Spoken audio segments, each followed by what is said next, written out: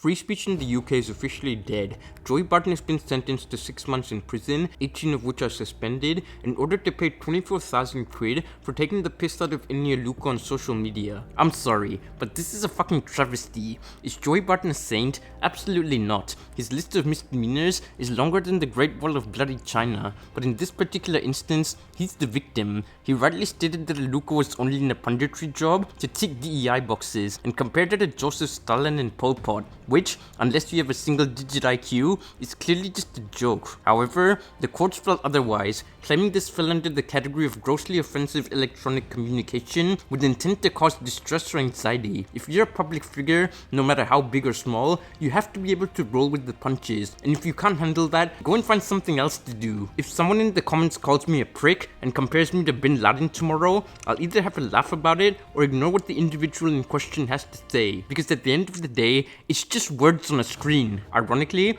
Aluko should be the one going to prison. During a holiday to Barbados in 2020, she left the hotel she was in while still awaiting results of her COVID test, which is not only hideously arrogant, but genuinely dangerous in that she could have potentially been a carrier and passed this on to others. In response, she stated, "It was a misunderstanding and the Barbados authorities quite clearly understand that after I offered to pay for my honest mistake. Or in other words, I bribed my way out of trouble." This, by the way, is the same woman who ruined Mark Sampson's career after accusing him of racism, despite the FA clearing him of wrongdoing. She even went after Ian Wright, who's one of the most likable personalities in the UK, for working in women's football as a man, despite the fact that Aluko herself works in men's football as a woman, and a clueless one at that. Make it make sense. When fans on social media had a popular for this, Aluko, being the professional victim that she is, said the experience made her traumatized. Do you know what traumatized me? Aluko waxing lyrical about Villa defenders Tyrone Mings and Ezri Konsa, claiming they were the most successful centre-half partnership of the year, despite the fact that in the season in question,